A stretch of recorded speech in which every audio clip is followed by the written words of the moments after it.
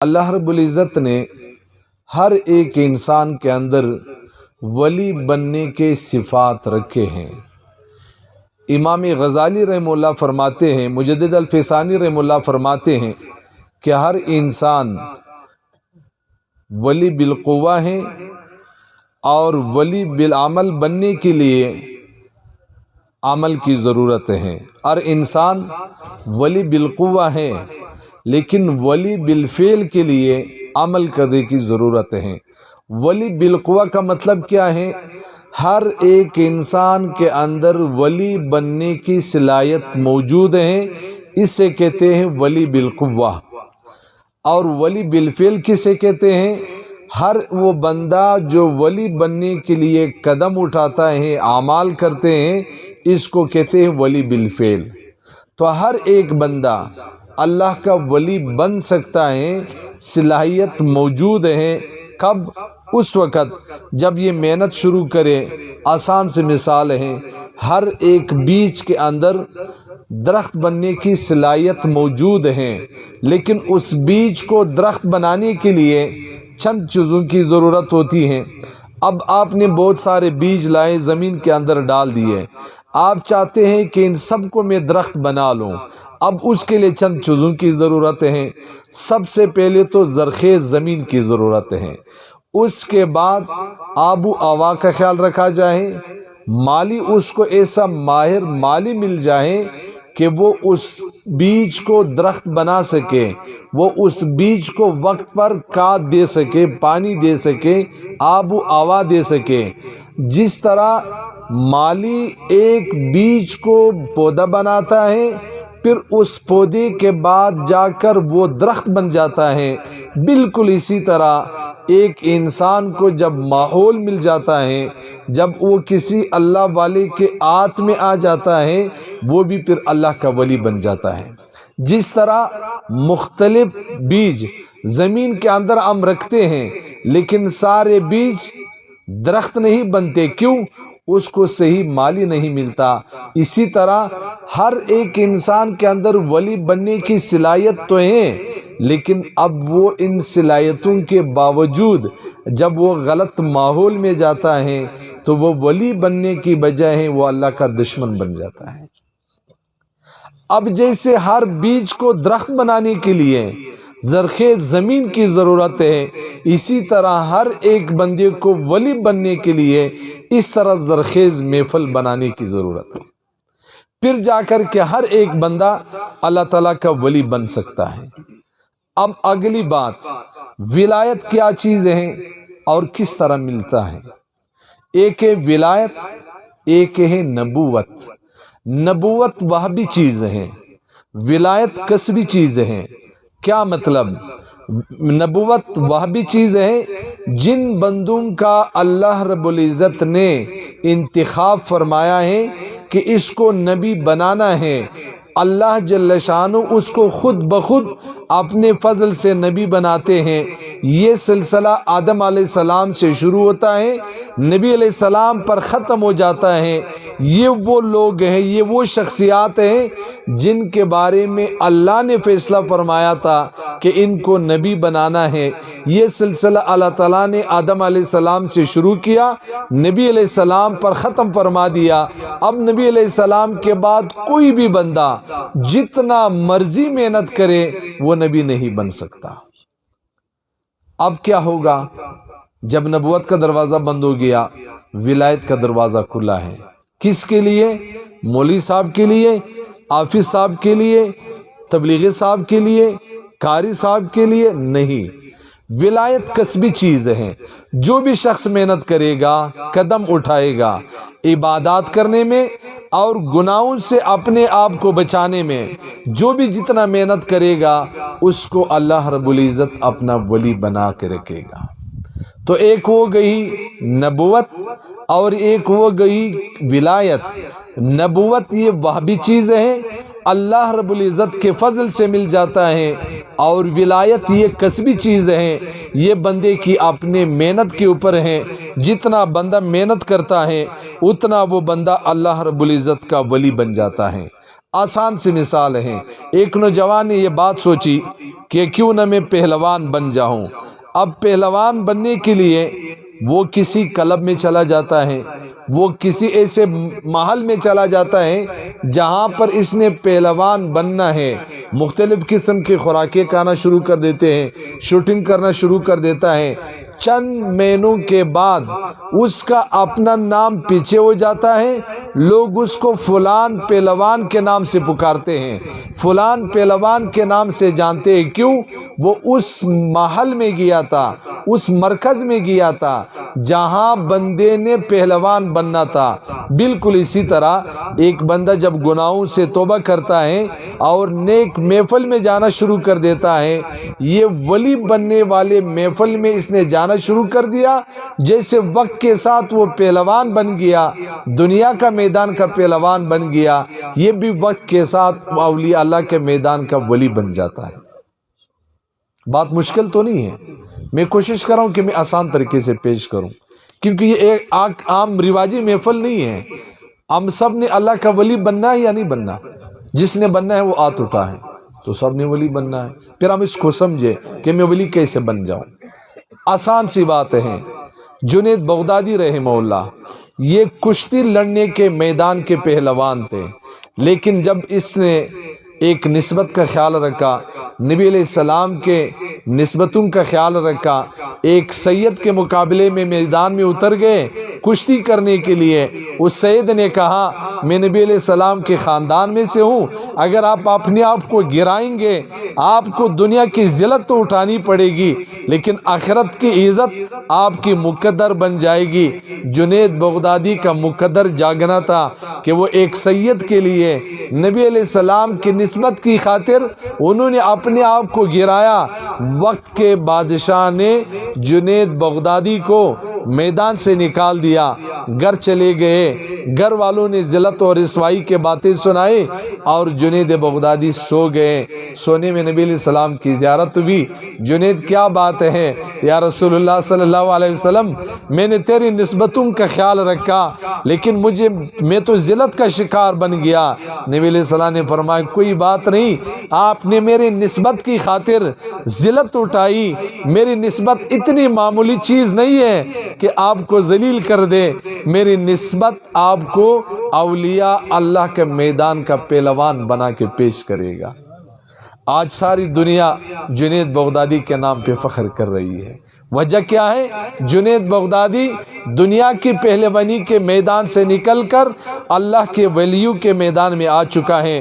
تو جس طرح ایک آدمی پہلوانوں کے میدان میں جا کر پہلوان بن جاتا ہے، اسی طرح ایک نوجوان جب اللہ والوں کے میدان میں اتر جاتا ہے وہ اللہ والا اور ولی بن جاتا ہے۔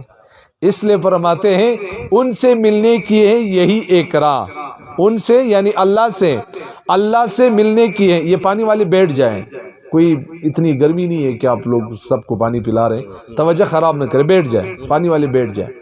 ان سے ملنے کی ہے یہی ایک راہ کہ ملنے والوں سے راہ پیدا کر۔ ہم نے چینی خریدنی ہے، کہاں جائیں گے؟ چینی والے کے پاس۔ کپڑا خریدنا ہے، کہاں جائیں گے؟ کپڑے والے کے پاس۔ ہم نے اینٹ خریدنا ہے، کہاں جائیں گے؟ بٹے والے کے پاس۔ ہم نے اللہ کو پانا ہے تو پھر کہاں جائیں گے؟ اللہ والوں کے پاس جائیں گے، پھر جا کر کے اللہ ملے گا۔ چینی والوں سے کپڑا نہیں ملا کرتا، کپڑے والوں سے رنگ نہیں ملا کرتا، رنگ والوں سے اینٹ نہیں ملا کرتا، اسی طرح دنیا والوں سے بھی اللہ نہیں ملا کرتا۔ اللہ اگر ملے گا تو اللہ والوں سے ملے گا۔ اب اگلی بات کو سمجھیں۔ ولایت کی دو قسمیں ہیں، ولایت دو طرح کی ہے، ایک ہے ولایت عامہ اور ایک ہے ولایت خاصہ۔ آپ میری طرف متوجہ رہیں گے تو میری زبان سے کچھ نکلے گا، اگر آپ ہر پرانے موٹر سائیکل پر یوں دیکھیں گے تو میری بات آگے پیچھے ہو جائے گی۔ آپ ادھر متوجہ رہیں، میں بہت قیمتی بات آپ کے سامنے رکھ رہا ہوں۔ ولایت کی دو قسمیں ہیں، ایک ہے ولایت عامہ، ایک ہے ولایت خاصہ۔ ولایت عامہ ہر اس بندے کو مل چکا ہے جس نے کلمہ پڑھ لیا۔ کلمہ پڑھنا اتنا عظیم نعمت ہے، جس بندے نے کلمہ پڑھ لیا اس کے بعد وہ گناہ بھی کر رہا ہے، وہ نافرمانیاں بھی کر رہا ہے، وہ گناہوں میں بھی لگا ہوا ہے، مختلف سرکشیاں کر رہا ہے، لیکن پھر بھی وہ اللہ کا ولی ہے۔ کیوں؟ اس نے کلمہ پڑھ لیا، اللہ کو تسلیم کیا۔ اب جو گناہ کر رہے ہیں یہ اس کی کمزوری ہے، کمزوری کی وجہ سے اللہ تعالیٰ اس کو اپنے ولیوں کے لسٹ سے نہیں نکال رہا، بس کمزوری ہے، وقت کے ساتھ کمزوری ختم ہو جائے گی۔ تو ایک ہے ولایت عامہ جو ہر مسلمان کو حاصل ہے، ایک ہے ولایت خاصہ جس کے لیے محنت کرنی پڑتی ہے۔ تو اللہ رب العزت نے ایمان والوں کے بارے میں کیا فرمایا؟ جنہوں نے کلمہ پڑھا ہے اللہ نے اس کے بارے میں کیا فرمایا؟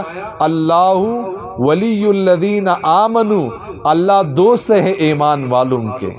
یہ نہیں فرمایا جس نے تبلیغ میں وقت لگایا، جس نے جہاد میں وقت لگایا، جس نے مدرسے میں علم حاصل کیا، نہیں، جس نے صرف کلمہ پڑھ لیا اللہ ان کا دوست ہے۔ یہ نہیں فرمایا کہ وہ اللہ کے دوست ہے، کیا فرمایا؟ اللہ ان کے دوست ہیں۔ تو ولایت کا ایک ادنا سا درجہ ہے ولایت عامہ، جس نے کلمہ پڑھ لیا وہ اللہ کے ولیوں میں شامل ہو گئے۔ لیکن یاد رکھے انسانیت کا تقسیم بہت کھلی ڈھلی ہے، اللہ نے بہت واضح تقسیم کر دی۔ هو الذی خلقکم فمنکم کافر ومنکم مؤمن، دو طرح کے انسان بن گئے، ایک کافر اور ایک مسلمان، ایک اللہ کو ماننے والے، ایک اللہ کی ذات سے انکار کرنے والے، ایک فرمان بردار، ایک نافرمان، ایک اللہ رب العزت کا تابع بن گیا، ایک باغی بن گیا۔ یہ دو گروہ بن گئے، ایک وہ ہیں جو اللہ کو تسلیم نہیں کرتے، اللہ کی خدائی کو نہیں مانتے، یہ باغی ہیں، یہ نافرمان ہیں۔ لیکن ایک وہ ہیں جس نے رب کو تسلیم کیا، کلمہ پڑھ لیا، اب تھوڑے بہت گناہ ہو رہے ہیں۔ آج کی محفل اسی مقصد کے لیے کہ تھوڑے بہت جو گناہ ہو رہے ہیں وہ کیسے ہم سے چھوٹ جائیں، اس سے ہم کیسے اپنے آپ کو چھڑائیں۔ لیکن یاد رکھیں جتنا بھی یہ مسلمان غفلت میں پڑا ہوا ہے، گناہوں میں پڑا ہوا ہے، لیکن صرف اس کے دل میں ایمان کی بجھی ہوئی چنگاری پڑی ہوئی ہے، اس کی وجہ سے یہ اللہ کے ولیوں کے لسٹ میں شامل ہیں۔ کتنا کریم رب ہے، بندے نے صرف کلمہ پڑھا ہے، کلمہ پڑھنے کے بعد زنا میں مبتلا ہے، شراب میں مبتلا ہے، سود میں مبتلا ہے، اس کے باوجود بھی وہ اللہ کے ولیوں کے لسٹ سے خارج نہیں ہے۔ یہ اللہ تعالیٰ کا ایمان والوں کے ساتھ محبت ہے۔ بایزید بستامی رحمہ اللہ سے کسی نے سوال کیا کہ حضرت اس کی دلیل کیا ہے؟ آپ اپنے مجالس میں کہتے رہتے ہیں کہ اللہ ایمان والوں کے دوست ہیں، اس دوستی کی دلیل کیا ہے؟ آخر مجھے کوئی بات تو بتاؤ، کیا دلیل ہے کہ اللہ تعالیٰ ایمان والوں کے دوست ہیں؟ بایزید بستامی رحمہ اللہ نے فرمایا جہاں محبت کا تعلق ہوتا ہے وہاں محب اپنے محبوب کو جتنا مرضی دے دے لیکن وہ کم سمجھتا ہے۔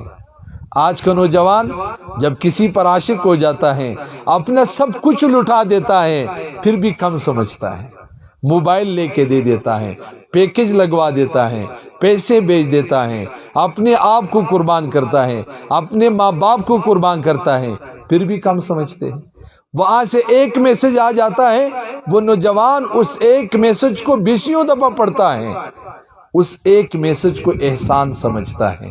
میں آج کل کے ماحول کے حوالے سے بھی تاکہ آپ کے لیے سمجھنا آسان ہو جائے، ایک نوجوان اپنا سب کچھ لٹا دیتا ہے کسی غیر کی بچی پر، اس کو کم سمجھتا ہے، وہ بچی وہاں سے ایک میسج کرتی ہے یہ اس کو بہت زیادہ سمجھتا ہے۔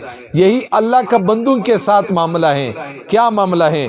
اللہ رب العزت نے بندے کو اتنے نعمتوں سے نوازا، وَإِن تَعُدُّوا نِعْمَةَ اللَّهِ لَا تُحْصُوهَا، اللہ تعالیٰ نے بندے کو اتنے نعمتیں دی ہیں، اگر بندے اللہ کی نعمتیں گننا چاہیں یہ بندہ اللہ کی نعمتوں کو نہیں گن سکتا۔ ایک کان کی نعمت دیکھو، کان کا نعمت دیکھو، دماغ نہ دیتے ہم پاگل ہوتے، بینائی نہ دیتے ہم نابینا ہوتے، سنوائی نہ دیتے ہم بیرے ہوتے، ہاتھ نہ دیتے تو ہمارا کیا حال بنتا، پاؤں نہ دیتے تو ہم کیسے چلتے؟ یہ کتنی اللہ کی نعمتیں ہیں۔ اتنی نعمتوں کے بعد کیا فرمایا؟ قُلْ مَتَاعُ الدُّنْيَا قَلِيلٌ، اللہ نے کیا فرمایا؟ دنیا کی یہ جو متاع تمہیں دے چکا ہوں، یہ جو نعمتیں ہیں جو آپ گن بھی نہیں سکتے، اتنی نعمتیں، یہ بہت قلیل ہیں، یہ بہت کم ہیں۔ آپ اس پر فخر نہ کریں، آپ اس پر پریشان نہ ہو کہ اللہ نے اتنا بہت کچھ دیا ہے۔ رب فرماتے ہیں یہ میں نے تمہیں بہت کم دیا۔ دوسری جانب یہی مسلمان، یہی ایمان والا صبح 100 دفعہ استغفار پڑھتا ہے، 100 دفعہ درود شریف پڑھتا ہے، تھوڑا بہت تلاوت کرتا ہے، ذکر کرتا ہے، مراقبہ کرتا ہے، تبلیغ میں کبھی کبھار چلا لگاتا ہے، سروزہ لگاتا ہے، بہت تھوڑے اعمال کرتے ہیں۔ ان تھوڑے اعمال والوں کے بارے میں اللہ نے کیا فرمایا؟ جب اپنے اتنی نعمتوں کی باری آئی تو کیا فرمایا؟ کل متاع الدنیا قلیل، دنیا کی متاع اتنی قلیل ہیں، لیکن جب ہماری باری آئی، فقیروں کی باری آئی تو کیا فرمایا؟ والذاکرین اللہ کثیرا والذاکرات، اللہ کے کثرت سے ذکر کرنے والے مرد اور کثرت سے ذکر کرنے والی عورتیں۔ ہم کتنا ذکر کرتے ہیں، ہم جانتے ہیں اپنے آپ کو، ہم اللہ کو کتنے یاد کرتے ہیں، لیکن اس کے باوجود اللہ تعالیٰ ہمارے تھوڑے سے ذکر کو، تھوڑی سی تلاوت کو، تھوڑی سی عبادت کو اللہ رب العزت زیادہ فرما رہے ہیں۔ بایزید بسطامی رحمہ اللہ نے فرمایا یہ دلیل ہے اس بات کی کہ اللہ تعالیٰ ایمان والوں سے محبت کرتا ہے۔ اتنا کچھ دے کر اس کو توڑا کہاں، اور اتنے توڑے ذکر کو زیادہ کہاں؟ میرے زیادہ ذکر کرنے والے مرد بندے اور زیادہ ذکر کرنے والی عورتیں۔ اب اگلی بات کو سمجھے، ایمان یہ ایک قیمتی سرمایہ ہے، ایمان ایک قیمتی سرمایہ ہے، لیکن افسوس یہ ہے کہ ہم نے اس قیمتی سرمایہ کی قیمت کو جانا نہیں ہے۔ کیا مطلب ہم نے قیمت کو نہیں جانا؟ ہماری مثال اس بچے کی مانند ہے۔ کون سا بچہ؟ شیخ سعدی رحمہ اللہ، جب وہ بچے تھے ان کو ماں نے انگلی میں سونے کی انگوٹھی ڈال کے دے دی۔ شیخ سعدی بچے ہیں، گھر سے باہر آ گئے، ایک ٹھگ آدمی اس کو ملے۔ ہماری مثال اس بچے کی مانند ہے، ہم ایمان کی قدر نہیں جانتے۔ اب وہ گھر سے باہر آ گئے، جب گھر سے باہر آئے تو ایک ٹھگ آدمی ان کو ملے۔ اس ٹھگ آدمی نے شیخ سعدی سے کہا کہ بیٹا آپ کی انگلی میں جو انگوٹھی ہے ذرا اس کو چکھ لو اپنی زبان سے۔ شیخ سعدی نے اس انگوٹھی کو اپنی زبان سے چکھ لی۔ کہاں کیسا ذائقہ ہے؟ بچہ تھا، وہ ذائقے کو کیا جانتا تھا، اور انگوٹھی میں ذائقہ کہاں سے آ گیا؟ وہ تو سونا ہے، قیمتی ہے، لیکن ذائقہ اس کا کچھ نہیں ہے۔ تو شیخ سعدی کہہ رہے میں نے اس بندے سے کہا کہ اس میں کوئی ذائقہ نہیں۔ انہوں نے اپنے جیب سے ایک گڑ کی ڈیلی نکال دی، مجھے پکڑا دی کہ بیٹا ابھی اس کو چیک کرے۔ میں نے اس گڑ کو چیک کیا، کہا یہ کیسا ہے؟ میں نے کہا یہ تو میٹھا ہے۔ تو کہا یہ میٹھی چیز لے لو، وہ پکی چیز مجھے دے دو، میٹھی چیز لے لو، وہ پکی چیز مجھے دے دو۔ شیخ سعدی نے وہ انگوٹھی نکال کے دے دی، گڑ لے لی، گھر آ گئے بڑے خوش ہے، اماں میں نے وہ پکی چیز دے دی اور میٹھی چیز لے آیا ہوں۔ ماں نے کہا تیرا کھانا خراب ہو۔ وہ سونا دے کے گڑ کے بدلے۔ آج ہمارا یہی مثال ہے، غیر حسن ہمارے سامنے لاتا ہے، غیر ڈالر ہمارے سامنے لاتے ہیں، غیر پیسے ہمارے سامنے لاتے ہیں۔ ہمارے بچے یونیورسٹی میں چند حسن کی خاطر، چند ڈگریوں کی خاطر، چند پیسوں کی خاطر ہماری نوجوان نسل بے ایمان ہو رہی۔ ایمان کتنا قیمتی سرمایہ ہے۔ ہم ایمان کے بعد زنا میں مبتلا ہیں، شراب میں مبتلا ہیں، سود میں مبتلا ہیں، پھر بھی رب ہم سے ناراض تو ہو رہے ہیں، لیکن دوستوں کی لسٹ سے ہمیں نہیں نکال رہا۔ لیکن آپ اندازہ لگا لیں ایمان کی قیمت نہ جاننے کی وجہ سے ہم کتنے تھوڑے پیسوں کے بدلے ہم اپنے ایمان کو بیچ رہے ہیں اور ہم اپنے ایمان کو برباد کر رہے ہیں۔ تو اس لیے اللہ تعالیٰ نے فرمایا اللہ ولی الذین آمنوا، اللہ تعالیٰ ایمان والوں کے دوست ہیں۔ اب اگلے نقطے کو سمجھے کہ اللہ ایمان والوں کے دوست ہیں۔ حضرت اس کو بھی تھوڑا سا آسان کر دے، اللہ کیسے ہمارے دوست ہیں؟ ایک علاقے کا وزیر ہے، اس علاقے کا وزیر ہے، اس نے ایک نوجوان سے کہا کہ میں آپ کے دوستوں میں شامل ہوں۔ یہ نوجوان کتنا خوش ہوگا، میں آپ کے دوستوں میں شامل ہوں، یہ نوجوان کتنا خوش ہوگا۔ لیکن اس سے ایک قدم آگے بڑھ کر اس وزیر نے کہا کہ میں آپ کا دوست ہوں۔ یہ اس سے بھی ایک قدم آگے ہو گیا. پہلے کہا میں تیرے دوستوں میں شامل ہوں، پھر کہا نہیں دوستوں میں شامل نہیں، میں تیرا ہی دوست ہوں، میں تیرا دوست ہی ہوں. اب اللہ رب العزت کہے میں ایمان والوں کا دوست ہوں. ہماری کیا اوقات ہیں کہ اللہ تعالیٰ ہم سے کہے کہ میں تمہارا دوست ہوں. حق تو یہ تھا اللہ یہ کہتے کہ ایمان والے اللہ کے دوست ہیں، لیکن اللہ تعالیٰ کفر کے سامنے ایمان والوں پر فخر فرما رہے ہیں کہ ایک غیر مسلم ہو، یہ ایمان اتنا بڑا سرمایہ ہے، جب کوئی مسلمان ہو جاتا ہے میں اس کے ساتھ دوستی لگانے کے لیے تیار ہو جاتا ہوں. اگرچہ میں کل کائنات کا مالک ہوں، میں اس کا دوستی کا محتاج نہیں ہوں، لیکن یہ ایمان سرمایہ اتنا عظیم سرمایہ ہے، جب کوئی بندہ کلمہ پڑھ کے مسلمان ہو جاتا ہے میں ان کے لیے دوستی کا اعلان کر دیتا ہوں، میں ان کا دوست بن جاتا ہوں. اگلا نکتہ، یہ تو ولایت عامہ ہو گیا. اب ولایت خاصہ کیا چیز ہے؟ ولایت خاص، ولایت جو بندے کو مل جاتا ہے پھر بندے کو کیا میسر آ جاتا ہے. مثلا ایک آدمی کے پاس ایک آدمی کہتا ہے کہ بھائی فلان بہت بڑا تاجر ہیں. وہ کہتا ہے بھائی اس کی دلیل کیا ہے کہ وہ بہت بڑا تاجر ہیں؟ وہ جواب میں کہتے ہیں اس بندے کا زیری میں بھی پلاٹ ہے، بہت بڑی اس نے بلڈنگ بنائی ہوئی ہے، کراچی میں بھی اس کی بہت بڑی کوٹھی ہے، کوئٹہ میں بھی اس کا بہت بڑا کاروبار ہے، اسلام آباد میں بھی اس کی کوٹھی بنی ہوئی ہے. یہ دلیل ہے اس بات کی کہ یہ بہت بڑا تاجر ہے. آپ نہیں دیکھ رہے اس کے پاس اتنی بڑی گاڑی ہے، آپ نہیں دیکھ رہے ہو اس کے پاس کتنے نوکر چاکر ہیں، یہ اس بات کی دلیل ہے کہ یہ بہت بڑے تاجر ہیں. اب ایک بندہ کہتا ہے کہ فلان اللہ کے بہت بڑے ولی ہیں، تو اگلا کہتا ہے اس کی نشانی کیا ہے، اس کی دلیل کیا ہے؟ لیکن اس کی دلیل دو طرح ہیں، ایک دنیا والوں کے نظر میں ہے، ایک آخرت والوں کے نظر میں ہے. دنیا والوں کی نظر میں بڑے ولی کون ہیں؟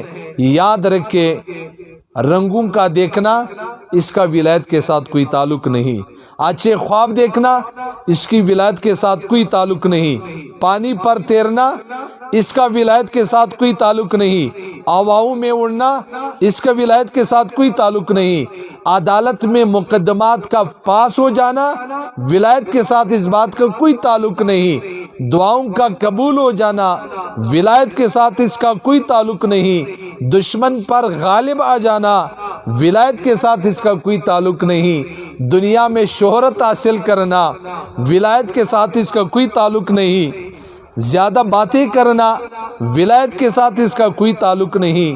جب اچھے رنگ بھی ولایت نہیں، اچھے خواب بھی ولایت نہیں، دعاؤں کا قبول ہو جانا بھی ولایت نہیں، مقدمات کا پاس ہو جانا بھی ولایت نہیں، تو پھر یہ ولایت کیا بلا ہے؟ سوال نہیں ہے نا آپ کا، ولایت پھر کیا بلا ہے؟ ولایت بہت بڑی بلا ہے. کیا ہے ولایت؟ یہ ہے کہ بندہ اللہ کے سامنے سر نیچے کر، یہ ولایت ہے کہ اللہ تعالیٰ کی ہر بات کو مانے. کیا مطلب؟ اذ قال لہ ربہ اسلم، جب اللہ تعالیٰ نے ابراہیم سے کہا کہ تسلیم ہو جاؤ، سر نیچے کرو، قال اسلمت لرب العالمین، جب ان کے پروردگار نے کہا سر تسلیم خم کرو تو فوراً بول اٹھے میں نے رب العالمین کے سامنے سر جھکا دیا.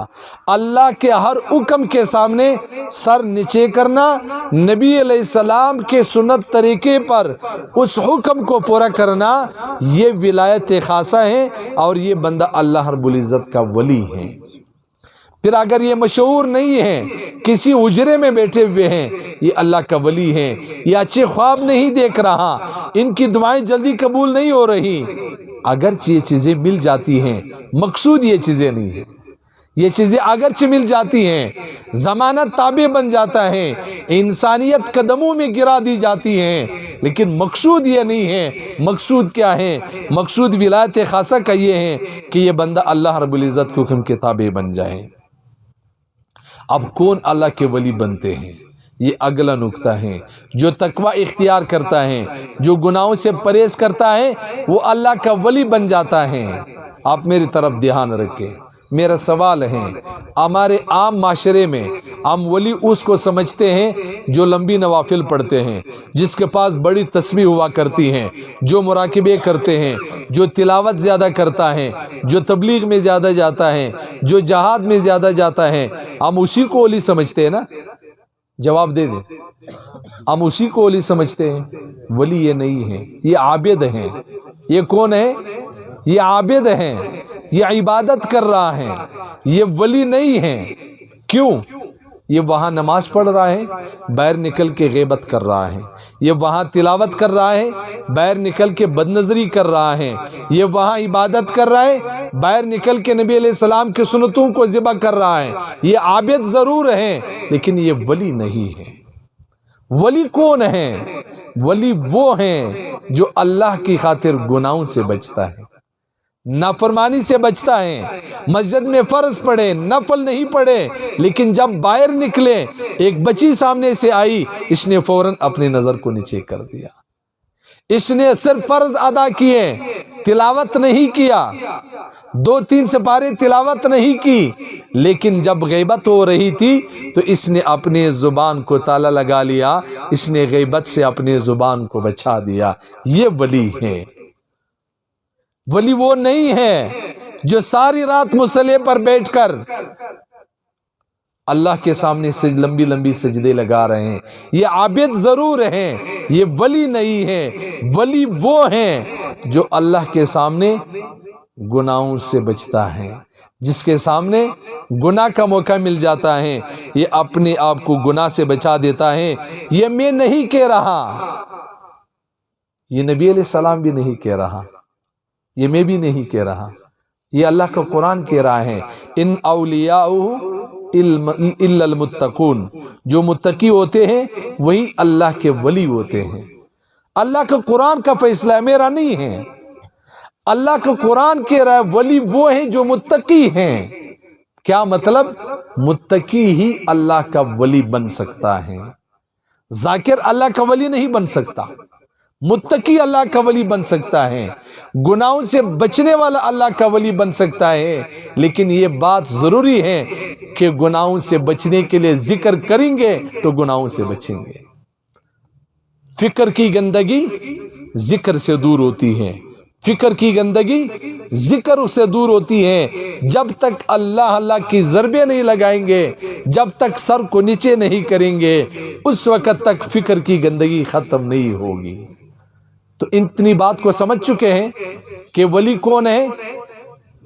جو عبادت کرتا ہے، جو نفل پڑھتے ہیں نہیں، یہ عابد ہیں۔ ولی وہ ہیں جو گناہوں سے بچتا ہے۔ یہ سادی سی بات ہے۔ اب اگلی بات کو سمجھیں۔ کیا ولی بننے کے لیے سالوں کی محنت ضروری ہے؟ کیا ولی بننے کے لیے مہینوں کی محنت ضروری ہے؟ کیا ولی بننے کے لیے ہفتوں کی محنت ضروری ہے؟ نہیں، بالکل نہیں۔ نہ سالوں کی ضرورت ضروری ہے، محنت ضروری ہے، نہ مہینوں کی محنت ضروری ہے، نہ ہفتوں کی محنت ضروری ہے۔ ولی بننے کے لیے صرف ایک لمحے کی ضرورت ہے۔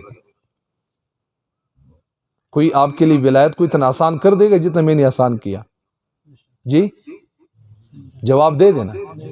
کوئی آپ کے لیے ولایت کو حاصل کرنا اتنا آسان کر دے گا؟ تو آپ آنے والے مہینے کے مجلس میں آئیں گے یا نہیں آئیں گے؟ بستروں کے ساتھ آئیں گے رات گزارنے کے لیے یا کچھ دیر کے لیے آئیں گے؟ بستروں کے ساتھ آئیں گے۔ ولی بننے کے لیے سالوں کی ضرورت نہیں، ولی بننے کے لیے مہینوں کی ضرورت نہیں، ولی بننے کے لیے ہفتوں کی ضرورت نہیں، ولی بننے کے لیے پورا ایک دن کی بھی ضرورت نہیں، ولی بننے کے لیے 1 گھنٹے کی بھی ضرورت نہیں، ولی بننے کے لیے 1 منٹ کی بھی ضرورت نہیں۔ پھر کیا؟ پھر میں کیسے ولی بنوں؟ ولی بننے کے لیے ایک ہی بات ہے، اللہ میرا توبہ ہے، بس یہ ولی بن گیا۔ یہ کیا بن گیا؟ یہ ولی بن گیا۔ کیا مطلب؟ جب اس نے کہا اللہ میرے تمام گناہوں سے توبہ ہے، اللہ نے اس کے گناہ معاف کر دیے۔ جب گناہ معاف ہو گئے ہیں، اللہ نے اس کو ولی بنا لیا۔ اب اللہ اس کا ضامن بن جاتا ہے، اللہ ان کو گناہوں سے بچا کے رکھتا ہے۔ تو ولی بننے کے لیے ہمارے نوجوان یہ سمجھتے ہیں کہ جب ہم ولی بنیں گے تو ہمیں سب کچھ چھوڑ چھاڑ کر بس کیا کرنا پڑے گا؟ مسئلے سے چپکنا پڑے گا۔ نہیں میرے بھائی، آپ زیری کے بازار میں رہیں، آپ ڈالر کمائیں، آپ پیسے کمائیں، آپ کو ضرورت نہ ہوئے پیسے تو ہمیں دے دیں، لیکن آپ پیسے کمائیں، صرف گناہ سے بچ جائیں، آپ اللہ کے ولی بن گئے۔ تو لہٰذا یہ بات بھی سمجھ میں آ گئی کہ ولی بننے کے لیے سالوں کی محنت کی ضرورت نہیں، مہینوں کی محنت کی ضرورت نہیں، صرف ایک بات کی ضرورت ہے کہ ہم گناہوں سے توبہ کریں۔ جس نے گناہوں سے توبہ کر لیا وہ اللہ کا ولی بن گیا۔ اور اگلی بات کہ کیا ولی بننے کے لیے کاروبار چھوڑنا پڑے گا، بازار چھوڑنا پڑے گا، پیسے چھوڑنے پڑیں گے، اچھے کپڑے پہننا چھوڑنا پڑے گا، ڈاکٹری کا منصب چھوڑنا پڑے گا، دفتر چھوڑنی پڑے گی؟ کیا چھوڑنا پڑے گا؟ کچھ بھی چھوڑنا نہیں پڑے گا۔ آپ ڈاکٹر بن کر رہے ہیں، آپ انجینئر بن کر رہے ہیں، آپ پروفیسر بن کر رہے ہیں، آپ وزیر بن کر رہے ہیں، آپ بادشاہ بن کر رہے ہیں، آپ روزانہ نئے کپڑے پہن لیں، آپ 50 لاکھ 2 کروڑ کی گاڑی میں سفر کریں، کوئی پرواہ نہیں۔ روایت میں نہیں آتا ہے کہ بہت سارے لوگ نرم بستروں پر بیٹھ کر اللہ کو یاد کر رہے ہوں گے اور یہ اللہ کے ولی ہوں گے؟ وہ اپنے جسم سے زیادہ بڑھ کر نرم صوفے پر بیٹھا ہوا ہے، ململ کے کپڑے پہننے والے ہیں، 2 کروڑ کی گاڑی میں سفر کرنے والے ہیں، لیکن وہ اللہ کے ولی ہیں، وہ اللہ کے نیک ولیوں میں شامل ہے۔ کیوں؟ اس نے اللہ کی خاطر اللہ کے حکم کے سامنے سر نیچے کیا ہوا ہے اور گناہوں سے اپنے آپ کو بچا کے رکھا ہوا ہے۔ یاد رکھو دوستو، اللہ اکبر کبیرہ۔ اگلا نقطہ سن لیجئے، جیسے عید کے لیے ہم جانور خریدتے ہیں نا، عید کے لیے جب ہم جانور خریدتے ہیں اس جانور کو ہم محبت دیتے ہیں، چند دن ہم اس کو اپنے پاس رکھتے ہیں، وہ اتنا ہمارے ساتھ مانوس ہو جاتا ہے کہ پھر اس جانور کے گلی میں رسی ڈالنے کی ضرورت نہیں ہوتی۔ آپ چلتے ہیں وہ آپ کے پیچھے چلتا ہے، آپ دائیں مڑتے ہیں وہ جانور دائیں مڑتا ہے، آپ بائیں مڑتے ہیں وہ جانور بائیں مڑتا ہے، آپ کسی سے بات کرنے کے لیے رک جاتا ہے وہ جانور آپ کے پیچھے رک جاتا ہے۔ کتنا فرمانبردار بن گیا، ایک جانور ہے۔ اب بندہ بھی اسی طرح ہے، جب یہ بندہ اللہ رب العزت کے لیے گناہوں سے توبہ کر دیتا ہے، اس بندے کے لیے محل میں رہیں، جھونپڑی میں رہیں، بازار میں رہیں، مسجد میں رہیں، مدرسے میں رہیں، کاروبار میں رہیں، کہیں بھی مرضی رہیں، یہ اللہ کا ولی ہے، یہ اللہ کا دوست ہے، اللہ کا حفاظت اس کے اوپر ہے۔ تو اللہ کے ولی بننے کے لیے ایک ہی قدم اٹھانے کی ضرورت ہے کہ ہم گناہوں کو چھوڑ دیں۔ اس لیے شریعت مطہرہ کے اندر اس بات کو زیادہ پسند کیا گیا ہے، دل کے کانوں سے سنیں، اس بات کو زیادہ پسند کیا گیا ہے کہ ایک بندہ زیادہ عبادت بھی کرے ساتھ گناہ بھی کرے، اس بات کو نہیں پسند کیا گیا، بلکہ اس بات کو زیادہ پسند کیا جا چکا ہے کہ عبادات تو کم کرے لیکن گناہوں سے بچ جائے، اس بات کو زیادہ پسند کیا گیا۔ یہ شریعت کا مزاج ہے، میں اپنا مزاج آپ پر غالب نہیں کر رہا ہوں، اپنا مزاج نہیں بتا رہا ہوں، میں شریعت کا مزاج بتا رہا ہوں۔ شریعت کا یہ مزاج ہے کہ عبادات آپ بے شک کم کریں لیکن گناہوں سے آپ زیادہ بچ جائیں۔ گناہوں سے بچنے میں آپ ایڑی چوٹی کا زور لگا کے دکھائیں۔ اب اگلی بات کو سمجھنے کی کوشش کریں۔ ولایت خاصہ کے بھی پھر آگے 2 درجے ہیں۔ ایک تو ولایت کے 2 درجے تھے، ولایت عامہ جس نے کلمہ پڑھ لیا وہ اللہ کا دوستوں میں شامل ہو گیا، ایک ولایت خاصہ تھا کہ محنت کرنے کے بعد یہ بندہ اللہ کا ولی بن جاتا ہے۔ اب ولی بن گیا، اب پھر ولایت کے 2 درجات ہیں، ایک ہے ولایت خاصہ، خاص ولی، ولایت خاصہ تو مل گیا، ولایت خاصہ میں 2 درجات ہیں، ایک ہے ولایت صغرا، کم درجے کا ولی، وزیر ہیں، صرف اس زیری کا وزیر ہے، آسان سے سمجھانے کے لیے، ایک وزیر اعلیٰ ہیں، پورا بلوچستان کے لیے ہیں۔ تو یہ جو زیری کے لیے یہ چھوٹا وزیر ہیں، جو پورے بلوچستان کے لیے ہیں یہ بڑا وزیر ہیں، جو پورے پاکستان کے لیے وزیر اعظم، وہ اس سے بھی بڑا وزیر ہے، وہ پورے پاکستان کا وزیر ہے۔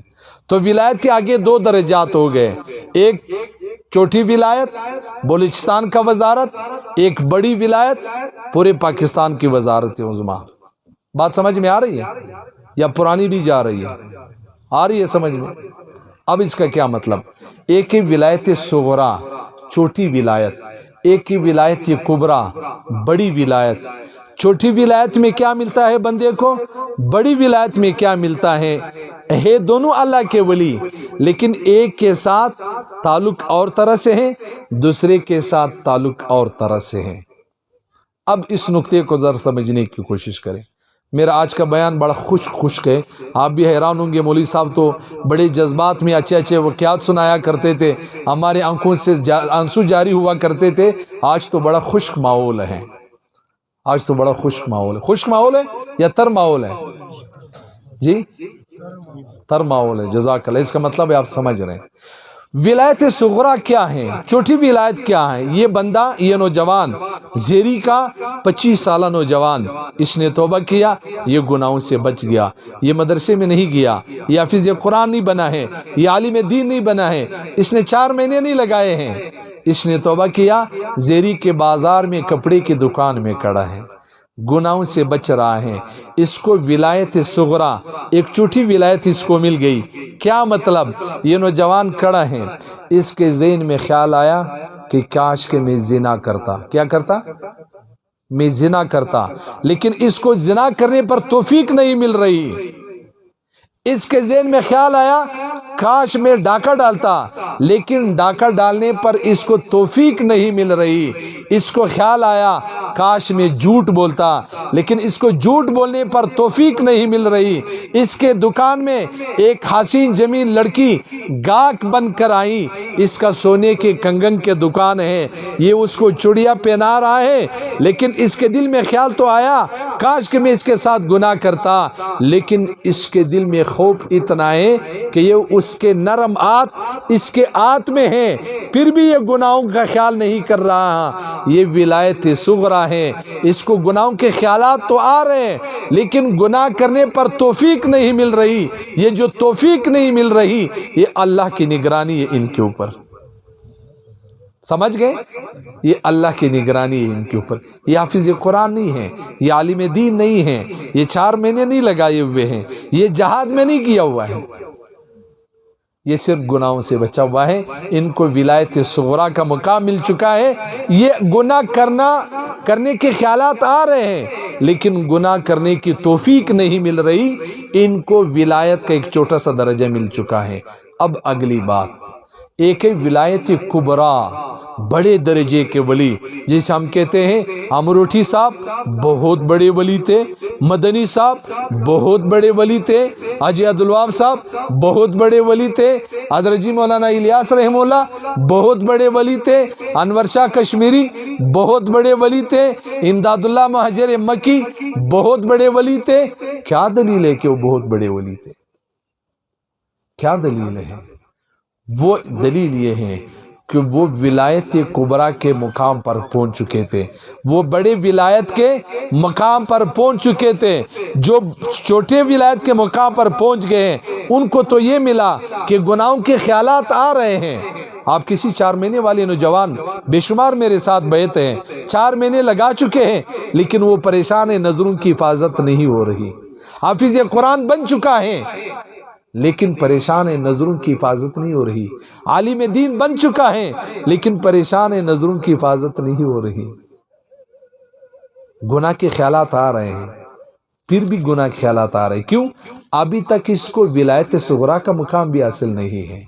اگرچہ یہ عالم بھی بن چکا ہے، یہ حافظ بھی بن چکا ہے، یہ 4 مہینے کا ساتھی بھی بن چکا ہے، لیکن جب اس نے ضربے لگائے، اس نے مراقبے کیے، تو اس کو ولایت صغرا کا مقام مل گیا۔ اب خیالات آ رہے ہیں، لیکن نگاہ نہیں اٹھ رہی، خیالات آ رہے ہیں، لیکن زبان نہیں چل رہا، خیالات آ رہے ہیں، لیکن قدم نہیں اٹھ رہا، خیالات آ رہے ہیں، لیکن آگے نہیں بڑھ رہا۔ اب ولایت کبرا کیا بلا ہے؟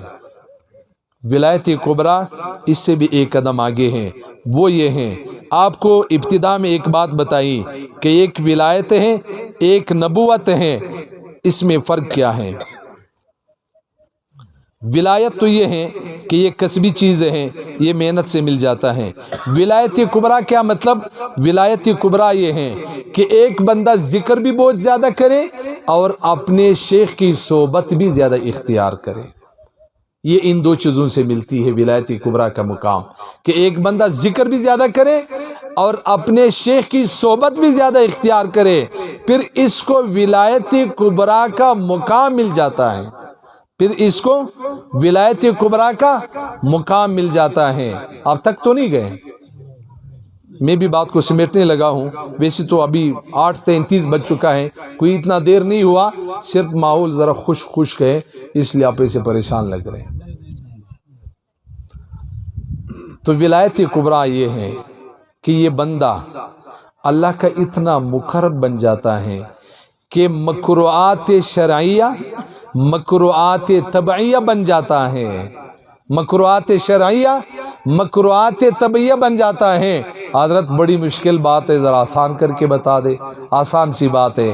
مکروہات شرعیہ مکروہات طبعیہ بن جاتے، کیا مطلب؟ ایک آدمی کو سگریٹ کا دھواں بھی برا لگ رہا ہے اور ایک آدمی سگریٹ پی رہا ہے، پھر بھی اس کو احساس نہیں ہو رہا۔ ایک آدمی سگریٹ پی رہا ہے، اس کو کوئی پریشانی نہیں ہو رہی۔ ایک آدمی کو سگریٹ کا دھواں بھی برا لگ رہا ہے، یہ جس کو سگریٹ کا دھواں برا لگ رہا ہے، ایسے سمجھو کہ یہ ولایت کبریٰ کے مقام پر پہنچ چکا ہے۔ جو چیز شریعت کے اندر مکروہ ہے وہ اس کا مزاج کا حصہ بن چکا ہے، وہ اس کے مزاج بھی مکروہ ہے۔ جیسے نبی علیہ السلام نے کیا فرمایا کہ مجھے پیاز کی بدبو سے نفرت ہے، مجھے پیاز کے بدبو سے نفرت ہے۔ ایک آدمی پیاز کے بدبو سے نفرت کر رہا ہے، کیوں کر رہا ہے؟ اس لیے کہ جب منہ میں بدبو آ جاتا ہے اس سے دوسرے مسلمان تنگ ہو جاتے ہیں۔ تو دوسرے مسلمان کو تنگ کرنا شریعت میں یہ بات پسند نہیں کی گئی، تو مکروہات شرعیہ مکروہات طبعیہ بن جاتا ہے۔ جب بندہ محنت کرتا ہے تو اس کے لیے پھر شریعت پہ چلنا آسان اللہ اس کے لیے کر دیتا ہے۔ اگلی آسان سی مثال، ایک آدمی، بعض پاگل لوگ کیا کہتے ہیں، یہ دنیا سے متاثر لوگ کیا کہتے ہیں کہ موسیقی روح کی غذا ہے، موسیقی روح کی غذا ہے۔ یہ غلط بات ہے، میں دلیل کے ساتھ ثابت کر دیتا ہوں کہ یہ غلط بات ہے۔ ایک نوجوان ہے، وہ گانے نہیں سنتا، ٹھیک ہے، یہ تو بزرگ گانے نہیں سنتا۔ اب یہ جو گانے نہیں سنتا، یہ جب ویسے پھر رہا ہے، اس کے بھائی نے گانے لگائے ہوئے چلائے ہوئے ہیں، اس کو غصہ آ رہا ہے کہ میرے بھائی نے کیوں گانے چلایا۔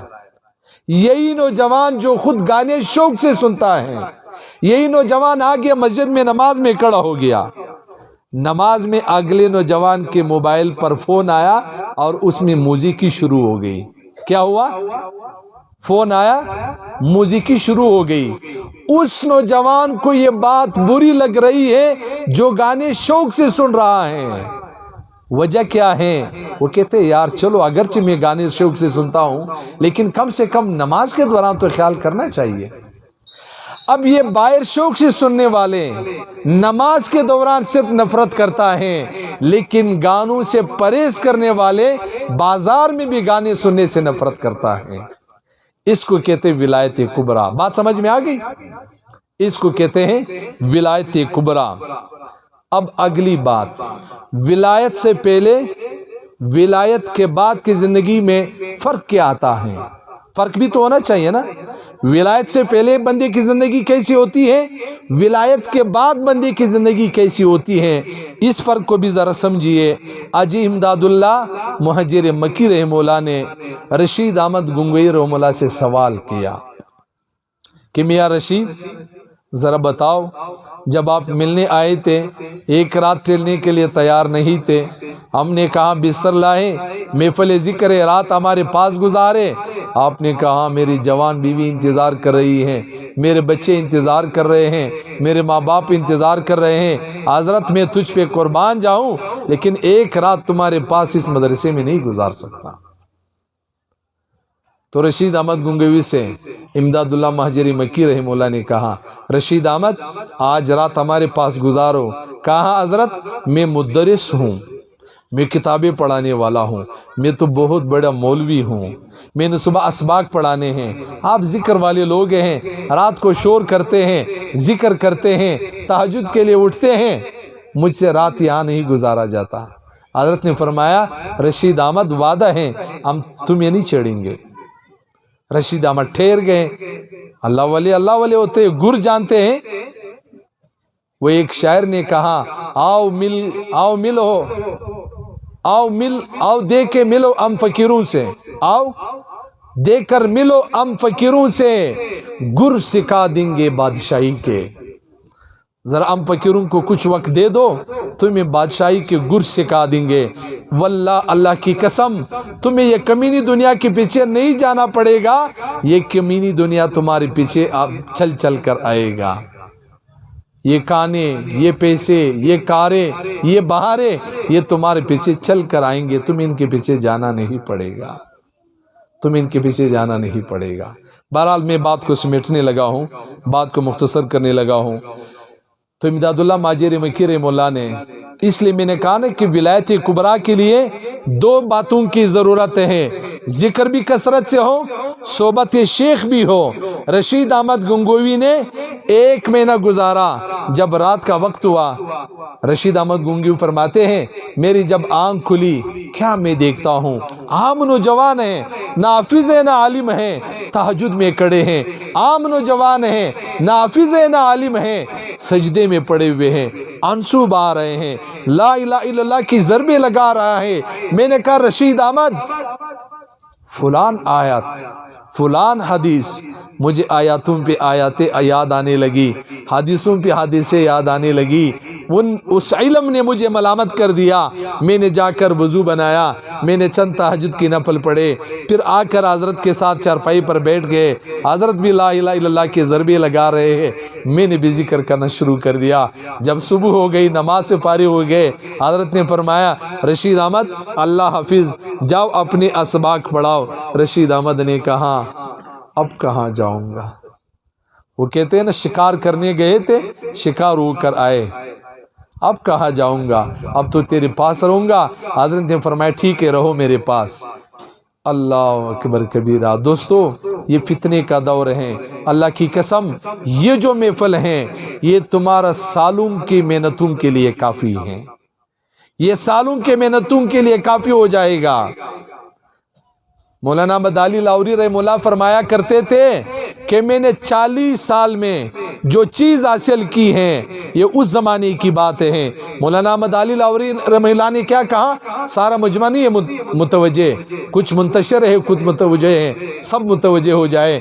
کیا فرمایا کہ میں احمد علی لاہوری نے 40 سال میں جو کمال حاصل کیا، اگر آج کا نوجوان مجھے صرف 4 سال کا زندگی حوالے کر دے، وہ 40 سال کی نعمت میں 4 سال میں ان کے حوالے کر دوں گا۔ پھر امداد اللہ ماجر مکی نے بھی دکھا دیا، انہوں نے بھی سالوں کی محنت جو حاصل کی تھی 1 مہینے میں وہ رشید احمد گنگوئی کے حوالے کر دی۔ 1 مہینے کے بعد جب اجازت دے رہا ہے تو رشید احمد گنگوئی جب آئے تھے کیا کہا تھا؟ میں تو استاد ہوں، پڑھانے والا ہوں، علم والا ہوں، مجھے جانے دو۔ لیکن 1 مہینے کے بعد جب ذکر کے ضربے لگائے، جب شیخ کی صحبت میسر ہوئی، اب شیخ ان کو ولایت کا مقام دے رہا ہے، ان کی دستربندی کر رہا ہے، ان کو خلافت دیا جا رہا ہے، وہ کہتے ہیں حضرت معذرت میں تو کچھ نہیں ہوں، آپ مجھے کیوں یہ دے رہے ہو؟ حضرت نے فرمایا اسی لیے دے رہا ہوں کہ آپ اپنے آپ کو کچھ سمجھ ہی نہیں رہے ہو۔ جب آپ آئے تھے تو کچھ سمجھ رہے تھے اپنے آپ کو، لیکن جب آپ جانے لگے ہو میں آپ کو رخصت کرنے لگا ہوں، آپ اپنے آپ کو کچھ سمجھ نہیں رہے ہو، آپ کے بستہ خالی ہو چکا ہے، آپ کا بیگ خالی ہو چکا ہے۔ پہلے جب آپ آئے تھے آپ بیگ کو علم سے بھر کر لائے تھے، ابھی آپ کا بیگ خالی ہوا ہے، اب اس لیے میں چاہتا ہوں کہ میں تمہارے بیگ کو انوارات سے بھر دوں۔ انوارات سے بیگ کو بھر دیا گیا، ولایت کبریٰ کا مقام مل گیا، رشید احمد گنگوئی رخصت ہو گیا۔ لیکن کیا فرماتے ہیں، مجھے 15 سال کے بعد پتہ چلا کہ امداد اللہ ماجر مکی نے مجھے کیا دیا تھا۔ ہم تو آج بیعت کرتے ہیں، شام کو 100 دفعہ استغفار پڑھتے ہیں، 100 دفعہ درود شریف پڑھتے ہیں، کمبل اپنے سر پہ ڈال دیتے ہیں، انتظار میں ہوتے ہیں پتہ نہیں میں کون سا خواب دیکھوں، پتہ نہیں کون سے آسمان میں پہنچ جاؤں۔ ہم تو ایک رات میں نتیجہ مانگتے ہیں۔ پھر بعض اوقات بعض مرید کیا کہتے ہیں، حضرت تیرا بھی مزہ نہیں، بھائی کیوں، کیا ہو گیا، اتنے عرصے سے آپ سے بیعت ہوا ہوں، آج تک جنت تو کیا ہے کہ میں جنت کو دیکھ لوں، آج تک میں نے کوئی اچھا خواب بھی نہیں دیکھا۔ شیخ عبد القادر جیلانی رحمہ اللہ سے ایک مرید نے کہا 10 سال عرصہ گزارا خانقاہ میں، پھر بستر اٹھا کے آیا، حضرت اللہ حافظ میں نے جانا ہے۔ بھائی کیا ہو گیا، کہاں جا رہے ہو بھائی 10 سال کے بعد؟ کہا حضرت اتنا عرصہ گزارا ہے، کبھی میں نے تیری کوئی کرامت نہیں دیکھی۔ بھائی کیا کرامت دکھا ہوں حضرت، کبھی میں نے سورج نہیں دیکھا کہ آپ نے نیچے اتار دیا، کبھی میں نے چاند کو نہیں دیکھا کہ آپ نے نیچے اتار دیا، جیسے ہمارے عام ماحول کی باتیں ہیں، کبھی میں نے کسی دیوار کو چلاتے ہوئے آپ کو نہیں دیکھا، کبھی آپ نے کوئی کرامت نہیں دکھائی۔ اللہ اکبر کبیرہ، دل کے کانوں سے سنے۔ شیخ عبد القادر جیلانی رحمہ اللہ نے فرمایا، بیٹا ان 10 سالوں میں تو نے میرے کتنے کام سنت کے خلاف دیکھے ہیں؟ کہا حضرت کوئی بھی کام سنت کے خلاف نہیں دیکھا۔ حضرت نے فرمایا یہ سب سے بڑھ کر کرامت ہے، یہ سب سے بڑی کرامت ہے۔ کرامت یہ نہیں ہے میرے بھائی کہ آپ اچھے خواب دیکھ لیں، کرامت یہ نہیں ہے کہ لوگ آپ کو بڑی گاڑیوں میں بٹھائیں، کرامت یہ نہیں ہے کہ ایک وقت کے ناشتے پر تمہیں 5 جگہوں سے دعوت آئے، کرامت یہ نہیں ہے کہ لوگ تمہارے لیے بڑے دسترخوان بچھائے، دھوکے میں مت پڑے، کرامت یہ ہے کہ تمہیں نبی علیہ السلام کی اتباع مل جائے۔ ہم اس کو کرامت سمجھتے ہیں کہ مجھے 5 جگہوں سے ناشتے کی دعوت آئی ہے، مجھے 5 جگہوں سے کھانے کی دعوت آئی ہے، مجھے فلان جگہ سے کپڑے گفٹ میں ملے ہیں، مجھے فلان نے صرف گاڑی میں بٹھایا ہے، مجھے فلان ویگو گاڑی ہدیہ کیا ہے۔ یہ واللہ ولایت نہیں ہے، یہ دھوکہ ہے، دھوکہ۔ دھوکے میں مت پڑا رہے، اپنے اوقات میں رہے۔ تو بہرحال امداد اللہ ماجر مکی رحمہ اللہ نے رشید احمد گنگوی سے سوال کیا، رشید احمد ذرا بتاؤ بیعت سے پہلے اور بیعت کے بعد کیا محسوس کیا ہے، خلافت ملنے کے بعد کیا محسوس کیا ہے؟ کہا حضرت 3 باتوں کو میں نے محسوس کیا۔ کتنے باتوں کو؟ سارے بتاؤ۔ 3 باتوں کو میں نے محسوس کیا۔ کیا محسوس کیا؟ کہا حضرت پہلی بات، پہلے جب میں مطالعہ کرتا تھا کتابوں کا تو اشکالات پیش آتے تھے اور بہت جگہ پہ مجھے تعارض نظر آتا تھا، اور اس کو رفع کرنے کے لیے مجھے کتابوں کی طرف رجوع کرنا پڑتا تھا، علماء اور اساتذہ کی طرف رجوع کرنا پڑتا تھا، پھر جا کر وہ رفع ہوتا تھا۔ جب سے بیعت ہوا ہوں مجھے نصوص شرعیہ میں کہیں بھی تعارض نظر نہیں آئی۔ جب سے بیعت ہوا ہوں مجھے نصوص شرعیہ میں کبھی بھی تعارض نظر نہیں آئی۔ علماء اس بات کو زیادہ سمجھتے ہیں۔ دوسری تبدیلی کون سی؟ کہنے لگے دوسری تبدیلی مجھے اپنے اندر یہ محسوس ہوئی ہے کہ جن چیزوں سے شریعت نے منع کیا ہے میرا طبیعت بھی ان چیزوں کو کراہت محسوس کرتے ہیں۔ پہلے میں نے بتایا ایک آدمی سگریٹ کو محسوس نہیں کرتا، ایک آدمی سگریٹ کے دھوئیں کو بھی محسوس کرتا ہے۔ کہا جن چیزوں کو شریعت نے مکروہ قرار دیا وہ میرا طبیعت کا حصہ بن چکا ہے۔ کیا مطلب؟ اور بھی آسان طریقے سے سمجھو، ایک آدمی الٹے ہاتھ سے چیز کھاتا ہے، کوئی اس کو برا محسوس نہیں ہوتا، اگلا بندہ وہاں سامنے بیٹھا ہوا ہے وہ اس کو دیکھ رہا ہے کہ یہ الٹے ہاتھ سے چائے کا کپ پکڑا ہوا ہے، یہ پی رہا ہے، اس کو کچھ نہیں ہو رہا، وہ دیکھ رہا ہے اس کے سر میں درد ہو رہا ہے۔ کیوں؟ کہ یہ الٹا ہاتھ کھانے کے لیے تو نہیں ہے۔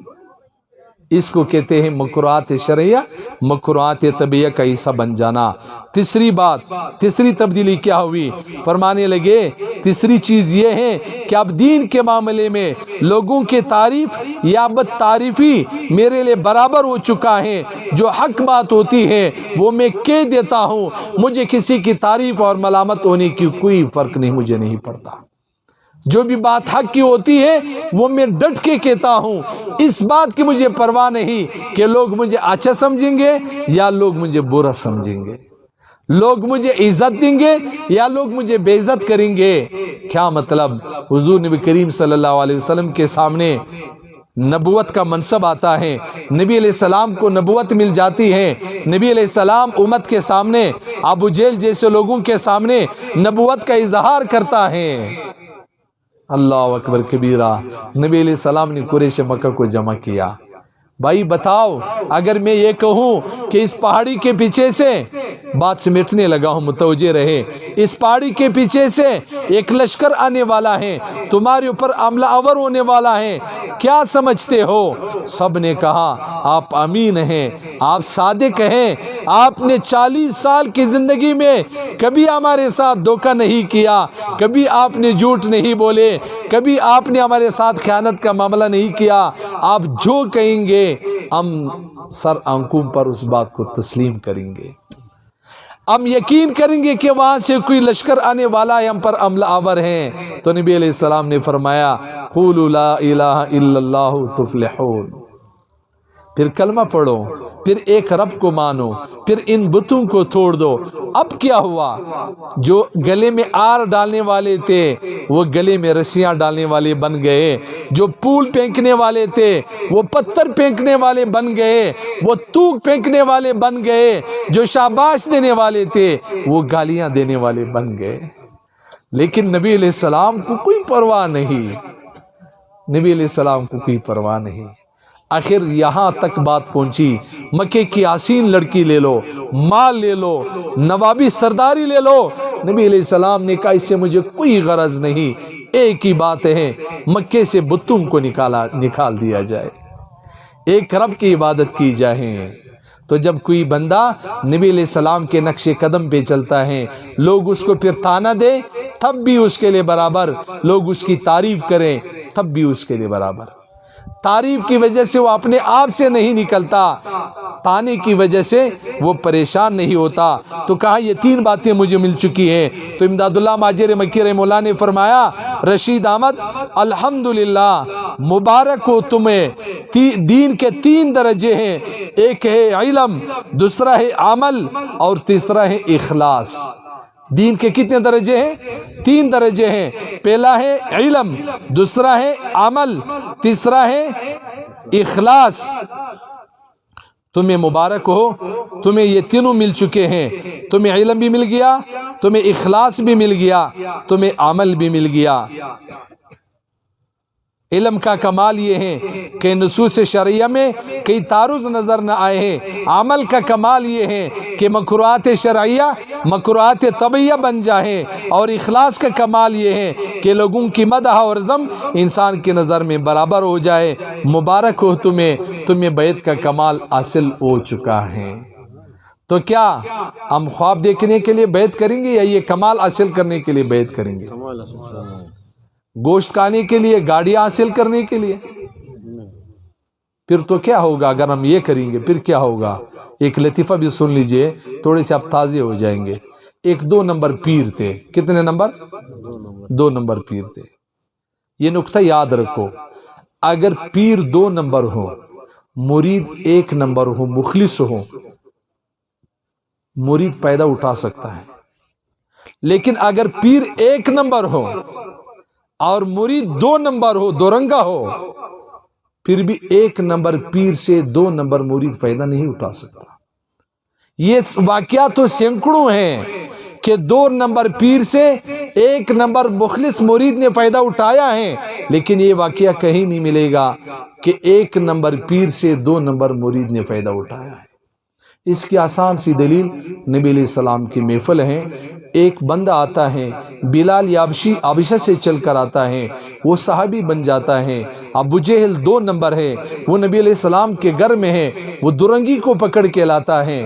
یا وہ لوگ جو کلمہ تو پڑھ لیا لیکن دل میں منافقت رکھتا ہے، درنگی اختیار کرتا ہے، ایک صحابی بن کے اٹھ رہا ہے، ایک منافق بن کے اٹھ رہا ہے۔ اگر ایک آدمی نبی علیہ السلام کی محفل میں 2 خیالات سے آتا ہے، وہ فائدہ نہیں اٹھا سکتا، تو میری محفل سے کوئی کیا فائدہ اٹھا سکے گا؟ یہ بات صحیح ہے غلط ہے؟ تو مرید 1 نمبر ہو، پیر 2 نمبر ہو، فائدہ مل جائے گا۔ پیر 1 نمبر ہو، مرید 2 نمبر ہو، فائدہ نہیں ہوگا۔ کیا مطلب؟ ایک مرید نے خواب دیکھا، پیر صاحب کو خواب میں دیکھا، کہا حضرت میں نے رات خواب دیکھا ہے۔ چونکہ پیر اب 2 نمبر ہیں، فوراً متوجہ ہو گئے کیا خواب دیکھا؟ حضرت میں نے خواب دیکھا آپ کی انگلیوں پر شہد لگا ہوا تھا اور میں چھاٹ رہا تھا۔ پیر بڑا خوش ہو گیا، تھوڑا اس نے واسکٹ بھی سیدھا کر دیا، کپڑے یوں سیدھا کر دیے، امامے کو بھی ذرا سیدھا کر دیا۔ ہاں بیٹا، اسی لیے تو میں کہتا ہوں نا، میں بہت بڑا ولی ہوں، میرے قدم پہ قدم رکھ کے چلو۔ مرید نے کہا حضرت ابھی میں خواب کا آدھا حصہ سنا چکا ہوں، آدھا حصہ رہ رہا ہے۔ پیر ذرا سنبھل گیا، کہا سناؤ اگلا حصہ۔ مرید نے کہا حضرت میرے انگلیوں پر گندگی لگی ہوئی ہے اور آپ میری انگلیوں کو چھاٹ رہے ہو۔ اب پیر کے دماغ ٹھکانے آ گیا۔ مرید نے کہا حضرت اب ذرا تعبیر بتا دو، پہلے حصے کا تعبیر تو بتا دیا، اب ذرا دوسری حصہ کا تعبیر بھی بتا دو۔ پیر کو بات سمجھ آ گئی کہ معاملہ پکڑ میں آ گیا، پیر مجبور ہو گیا بتانا۔ پیر نے کہا بیٹا اصل بات یہ ہے، آپ اس لیے میرے سے بیعت ہو گئے ہیں کہ آپ میرے سے اللہ کو پالے۔ کس کو پالے؟ اللہ کو پالے۔ لیکن آپ بہت بڑے گاڑی میں آئے، جب آپ گاڑی سے اترے، جب میں نے آپ کا سفید کاٹن دیکھا، جب آپ آئے دوزانو بیٹھ گئے، آپ میرے ہاتھ پر بیعت ہو گئے، میرے دل میں خیال آیا پیر صاحب اب مزے کرو، پیر صاحب اب مزے کرو۔ اب ویگو گاڑی والا تمہارا مرید بن گیا، اب سفید کاٹن والا تمہارے مرید بن گیا، اب یہ علاقے کا نواب سردار تمہارا مرید بن گیا۔ اب تو تم اشارہ کرو گے، ویگو تمہارے سامنے کڑی ہوگی۔ بیٹا میرا نظر تیرے اس مردار مال پہ تھا، تیرا نظر اللہ کے نور پر تھا۔ یاد رکھو بیٹا، میری ذات اگرچہ 2 نمبر ہیں، پھر بھی آپ کو نور مل رہا ہے، اور تیری ذات اگرچہ تو اس وقت گندہ بھی اپنے آپ کو سمجھ رہا ہے، لیکن مجھے بھی تیری ذات سے وہ گند مل رہا ہے۔ کیوں کہ میں گند کا متلاشی ہوں اور تو نور کا متلاشی ہے۔ اس لیے کہا گیا ہے پیر 1 نمبر ہے، مرید 2 نمبر ہے، مرید کو کچھ نہیں ملے گا۔ پیر 1 نمبر ہے، مرید 2 نمبر ہے، مرید کو بہت کچھ ملے گا۔ ابھی تو میرے خیال سے تک گئے یا نہیں تکے؟ ہاتھ اٹھائے جو تک گئے۔ اچھا 1 تک گئے۔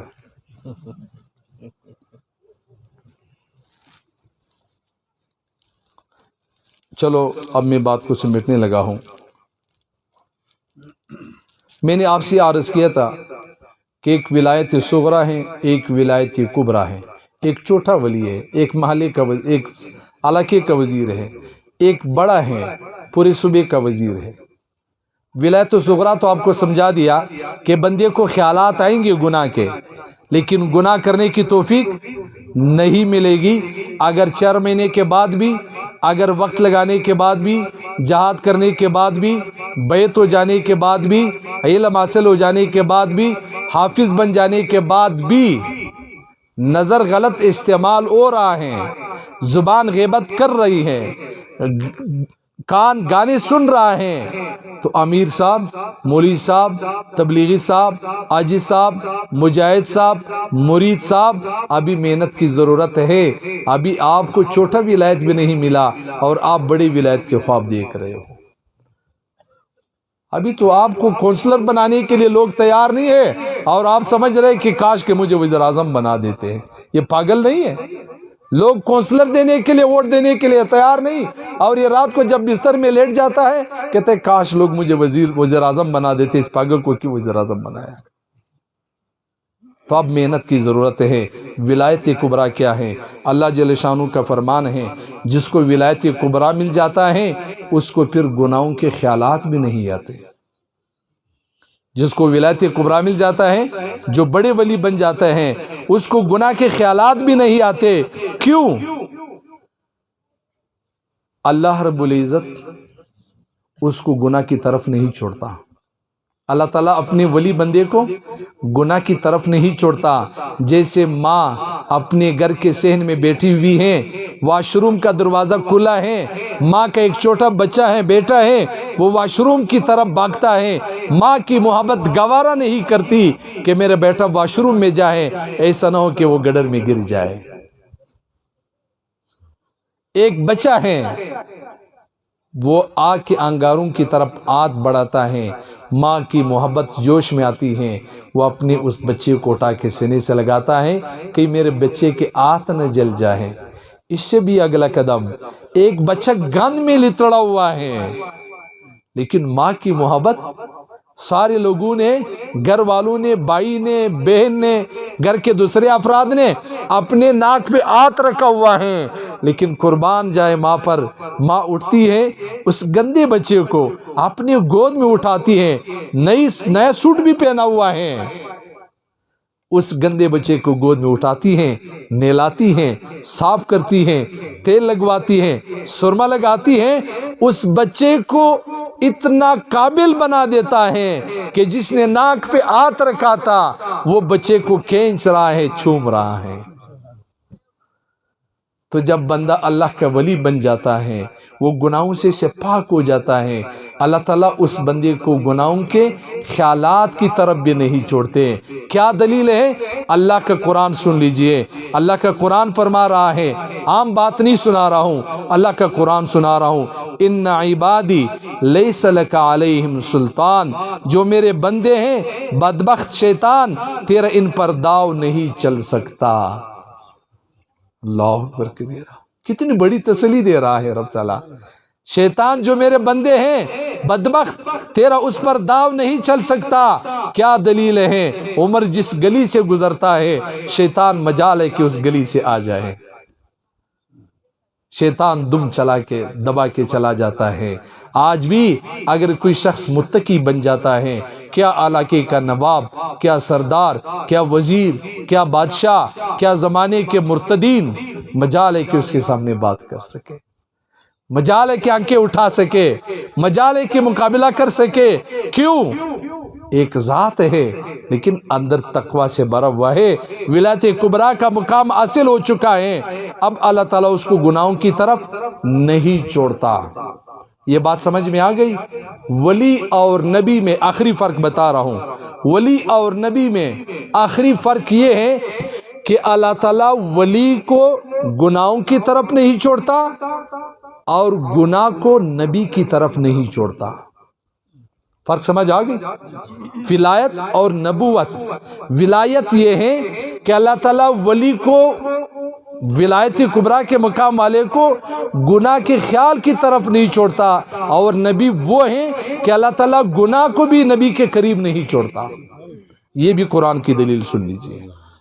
اللہ تعالیٰ نے فرمایا کذالک لنصرف عن السوء والفحشاء، اس طرح ہم نے برائی اور بے حیائی کو ہٹا دیا ان سے. کس سے؟ یوسف علیہ السلام سے. یوسف علیہ السلام زلیخا زنا کی دعوت دے رہی ہیں، لیکن یوسف علیہ السلام اور زنا کے درمیان کیا فرق آ رہا ہے؟ دروازے بند ہیں. جب دروازے بند ہو گئے تو زنا سے بچنے کے لیے کوئی راستہ ہے؟ دروازے بھی بند ہیں، لڑکی بھی کڑی ہے، خاتون بھی کڑی ہے، اور زنا کے لیے عملہ بھی کر رہی ہے، قمیص بھی پکڑ رہی ہیں. لیکن کیا ہو رہا ہے؟ نبوت کے قدم نے، نبوت کے نظر نے یہ نہیں دیکھا کہ دروازے بند ہیں. نبوت کے نظر نے یہ دیکھا کہ بند دروازوں کا مالک کون ہے. اللہ تعالیٰ خود کہہ رہے ہیں کہ میں گناہ نبی کے قریب بھی نہیں چھوڑ رہا، نبی نے صرف رخ موڑ دیا. اب نبی نہیں بنے، نبی بننے والے ہیں. ابھی نبی بنے نہیں ہیں، نبی بننے والے ہیں. ابھی آپ ولی بنے نہیں ہیں، ولی بننے والے ہیں. جب آپ ولی بننے والے ہیں اللہ کا اتنا مدد ہے، جب آپ ولی بنیں گے تو اللہ کا کتنا مدد ہوگا. ابھی نبی بنے نہیں ہیں، نبی بننے والے ہیں. یہ مدد ہے کہ صرف رخ موڑتا ہے، دروازے کھلتے چلے جاتے ہیں۔ یوسف علیہ السلام نکلتا چلا جاتا ہے، پھر تو کافی عرصے کے بعد جا کر کے نبوت ملی ہے۔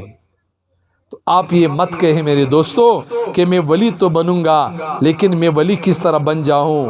میرے دوست آپ محنت کرو، اللہ رب العزت ضرور آپ کو اپنے اولیاء کے سب میں شامل کریں گے، ضرور اللہ تعالیٰ آپ کو برکت دے دیں گے۔ عبداللہ ابن مبارک رحمہ اللہ کسی لڑکی پر عاشق ہو گئے، سردی کے لمبی راتیں ہیں، عبداللہ ابن مبارک بچپن سے ماں کے پیٹ سے ولی پیدا نہیں ہوئے تھے۔ زیری کے نوجوان، آپ کے موبائل میں 5 نمبر ہے یا 10 نمبر ہے، کوئی بات نہیں، آپ ڈیلیٹ کر دیں۔ آپ میں سجون کو 10 دفعہ پڑھتے ہیں یا 50 دفعہ پڑھتے ہیں، کوئی بات نہیں، آپ میں سے ڈیلیٹ کر دیں۔ کل کلات میں مجھے چند نوجوان ملے مجلس ذکر کے بعد، یہی موضوع تھی، میں نے یہی بیان کیا، کوئی نئے بیان وہاں بھی نہیں کیا، یہاں بھی نہیں کیا، یہی بیان تھا۔ میرے پاس نوجوان ہے، ایک نوجوان نے کہا حضرت 1 مہینہ ہوا ہے میں کسی ہندو لڑکی پہ عاشق ہوا ہوں۔ میں نے کہا ظالم، کسی مسلمان پہ تو عاشق ہو جاتا۔ وہ کہتے ہیں نا کہ ہفتے میں کسی ایک بندے کو سلام کیا، جب پتہ چلا وہ بھی ہندو نکلا۔ ہمارے پشتوں میں ایک کہاوت مشہور ہے، ہفتہ کے میں سلام پر واچے اغمیم پر ہندو واچا ہوئے۔ ہفتے میں ایک سلام کیا کسی کو، جب پتہ چلا وہ بھی ہندو نکلا، وہ بھی مسلمان نہیں تھا۔ تو میں نے کہا اللہ کے بندے، عاشق ہونا تھا تو کم سے کم ایمان والے پہ تو عاشق ہو جاتے۔ یہ عاشق نہیں ہے، یہ فاسق ہے، یہ فاجر ہے۔ ہم اس کو عاشق نہیں کہتے ہیں، ہم اس کو فاسق کہتے ہیں۔ یہ گناہ ہے، یہ جرم ہے، یہ نافرمانی ہے۔ تو اس لیے زیری کے نوجوان، آپ سے بھی ہاتھ جوڑ کے کہتا ہوں، میں آپ سے آپ کی جوانی کی بھیک مانگنے آیا ہوں، میں آپ سے آپ کی ایمان کی حفاظت کی بھیک مانگنے آیا ہوں۔ اللہ کی قسم میں اپنا علم دکھانے نہیں آیا ہوں، میں اپنی بزرگی دکھانے نہیں آیا ہوں، میں اپنے شیخ سے جو پڑھ کے لایا ہوں وہ تمہارے سامنے رکھنے آیا ہوں۔ اس لیے میرے شیخ فرماتے ہیں خلیفہ بن جانا کوئی بڑی بات نہیں ہے، خلیفہ کا مطلب ہوتا ہے ڈاکیا۔ ایسے سمجھو کہ تمہیں شیخ نے مختلف علاقوں کے خط تمہارے حوالے کر دیے، تمہیں ڈاکیا بنا دیا۔ یہ زیری کا خط ہے، زیری والوں کو پہنچاؤ، یہ کلات کا خط ہے، کلات والوں کو پہنچاؤ، یہ قلعہ عبداللہ کا خط ہے، قلعہ عبداللہ والوں کو پہنچاؤ۔ خلافت پہ فخر نہ کرو کہ میں بہت بڑے ولی واقعی بن گیا۔ من آنم کہ من دانم، مجھے اپنا پتہ ہے میں کیا ہوں۔ آپ میرے عیبوں سے واقف نہیں ہو، اس لیے آپ میرے ہاتھ چوم رہے ہو۔ خدا کی قسم اگر آپ میرے عیبوں سے واقف ہو جائے، آپ میری طرف تھوک پھینکنا بھی پسند نہیں کرو گے۔ آپ تھوک پھینکنا پسند نہیں کرو گے۔ یہ تو اللہ تعالیٰ کی صفت ستاری ہے۔ مولوی صاحب، آپ نوجوان کو غصہ مت کرے۔ ایک نوجوان آپ کے پاس چل کر آیا، حضرت میں گناہوں میں پس چکا ہوں، مجھے راستہ بتا دو۔ آپ بڑے بزرگ بنتے ہیں، آپ ان کو دھکے دیتے ہیں۔ اللہ کا واسطہ نوجوان کو دھکے مت دو، ان کو سینے سے لگا لو۔ یہ ہیرے کی ڈلی ہیں، یہ نالی میں گری ہوئی ہیں، اس ہیرے کو نکالو، اس پر 1 گلاس پانی گرا دو، یہ پھر چمک دکھائے گا، یہ پھر اپنا قیمت بتائے گا۔ یہ نوجوان ہے، یہ ایمان کے اندر اس کے سینے میں ایمان کی چنگاری پڑی ہوئی ہے۔ مولوی صاحب، آپ کی ایک پھونک مارنے کی ضرورت ہے، لگانے کی ضرورت ہے۔ میں نے ایک مولوی صاحب کو 2016 میں جب ہمارے حضرت تشریف لائے تھے کوئٹہ، میں نے ایک مولوی صاحب کو حضرت سے ملاقات کروائی۔ پھر اس نے میسج کیا رات 1:30-2 بجے، حضرت ایک دفعہ پھر ملاقات کرائیں۔ میں نے کہا ممکن نہیں۔ انہوں نے اگلا میسج کیا بھیجا، آپ نے آگ جلایا تو ہی، آپ نے آگ جلایا تو ہے لیکن بجھایا نہیں۔ کیا کیا؟ آگ جلایا، بجھایا نہیں۔ میری جواب سن لو، اس کا سوال بہت کمزور ہے۔ اس نے کہا مولانا آپ نے آگ جلایا تو ہی، جلایا تو ہے لیکن بجھایا نہیں۔ میں نے کہا پیارے مولانا، آگ بجھانے کے لیے نہیں لگایا، آگ بھڑکانے کے لیے لگایا ہے۔ اس کو آپ بھڑکاؤ۔ اس پر آپ نے ایک ولی کی زیارت کی، آگ جل گئی، اب اس کو مزید لکڑیاں ڈال دو، مزید کوئلہ ڈال دو، اس کو مزید جلاؤ، آپ بھی ان کی طرح ولی بن کے دکھاؤ، تاکہ لوگ تمہارے پاس آئیں، وہ تم سے اپنی چنگاری کو جلا کے لے جائے۔ تو اس لیے زیری کے نوجوانوں، میں آپ سے بھیک مانگنے آیا ہوں، بوڑھوں کو نہیں پتا کہ نوجوانوں پر کیا گزر رہا ہے، اس لیے کہ بوڑھے اپنے جوانی کو بھول بھی چکے ہیں، اور بوڑھوں کے جوانی میں موبائل بھی نہیں تھا۔ سمجھ رہے ہیں نا بات کو؟ بوڑھوں کو نہیں پتا، اس لیے کبھی کبھار جب ہم تھوڑا سا آزاد موضوع پہ بات کرتے ہیں، یہ بوڑھے لوگ بڑے محسوس کرتے ہیں، یہ مولوی صاحب کس طرح باتیں کرتے ہیں۔ بھائی اجی صاحب، بوڑھے آدمی، میں معذرت کے ساتھ عرض کرتا ہوں، آپ جوانی کے جذبات بھول بھی چکے ہیں، آپ بھی بہت کچھ جوانی میں کر چکے ہیں، لیکن صرف اتنی سی بات ہے کہ آپ بھول چکے ہیں۔ دوسری بات یہ ہے کہ میرے زمانے میں، میرے جوانی میں، میرے آت میں یہ غضب ہے جو ہر وقت مجھے گمراہ کر رہا ہے۔ تیرے جوانی میں یہ چیز تیرے آت میں نہیں تھا۔ تو جب گناہ کرنے کے لیے نکلتا تھا تو اپنے ماں باپ سے ڈرتا تھا، تو اپنے بستر میں تکیہ رکھ کے نکلتا تھا۔ تو جب کسی گناہ تک پہنچتے تھے تو آپ دائیں بائیں خیال رکھتے تھے۔ میں تو اس حالت میں ہوں کہ آپ ابو جان، آپ میرے ساتھ کمرے میں بستر میں لیٹے ہوئے ہوتے ہیں، میں آپ کے قریب لیٹا ہوا ہوتا ہوں، میں اس خبیث میں ننگی فلمیں دیکھ رہا ہوتا ہوں، لیکن آپ 2 فٹ کے فاصلے پہ میرے پاس لیٹے ہوئے، آپ کو نہیں پتا کہ میرے بیٹا کیا کر رہا ہے، جبکہ میرے چہرے پہ داڑھی بھی ہے، جبکہ میں 4 مہینے بھی لگا چکا ہوں، جبکہ میں بیت بھی ہو چکا ہوں، جبکہ میں دن کے وقت پگڑی بھی باندھتا ہوں۔ آپ کو نہیں پتا میرے اوپر کیا گزر رہا ہے، آپ کو نہیں پتا میرے اوپر کیا گزر رہا ہے۔ اس لیے جوانوں، اللہ کے لیے ہم اللہ کے ولی بن جائیں، ہم نیک بن جائیں۔ آپ کو بتا دیا گیا، نیک بننے کے لیے سالوں کی محنت کی ضرورت نہیں، نیک بننے کے لیے کاروبار چھوڑنے کی ضرورت نہیں، نیک بننے کے لیے صرف ایک بات ہے کہ قدم اٹھاؤ اور اپنے نفس کے اوپر رکھو، قدم اٹھاؤ اپنے نفس کے اوپر رکھو۔ واقعہ سنا کر کے بات ختم کروں گا۔ عبداللہ ابن مبارک رحمہ اللہ، وہ بھی اس زمانے کے نوجوان تھے۔ موبائل تو اگرچہ نہیں تھا، لیکن جوانی کا جوش جذبہ تو پھر بھی تھا۔ وہ ایک لڑکی پر عاشق ہو گئے، لڑکی سے وعدہ کر گئے کہ رات کو آنا ہے ملنے کے لیے، فلان گلی کے نکر پہ میں کھڑا ہوں گا، سردی کے لمبی راتیں ہیں، عبداللہ کھڑے ہیں، مبارک کے بیٹے ہیں، عبداللہ کھڑے ہیں، لڑکی کے انتظار میں ہیں۔ 12 بجے کا وقت ہو گیا، 2 بجے کا وقت ہو گیا، 4 بجے کا وقت ہو گیا، صبح صادق کا وقت ہو گیا، لیکن لڑکی ملنے نہیں آئی۔ جب نہیں آئی تو عبداللہ کے دل پہ چوٹ پڑی۔ عبداللہ کتنے بدبخت ہو، ایک عارضی حسن کے پیچھے سردی کی لمبی راتوں نے گزار دی، وہ بھی نہ ملی، نہ خدا ہی ملا نہ وصال صنم، نہ خدا ہی ملا نہ وصال صنم۔ نوجوان یہ بھی درخواست ہے، دوسروں کی بیٹیوں کی زندگیاں مت برباد کرو، کسی بچی کی زندگی کی عزت سے مت کھیلو۔ وہ عزت دار باپ کی بیٹی ہیں، وہ عزت دار ماں کی بیٹی ہیں، مت کھیلو اس کی عزت سے، ورنہ تمہاری بچیوں کی عزت کے ساتھ بھی کھیلا جائے گا۔ تو عبداللہ ابن مبارک نے کہا، کاش یہ رات میں اللہ کی یاد میں گزار دیتا۔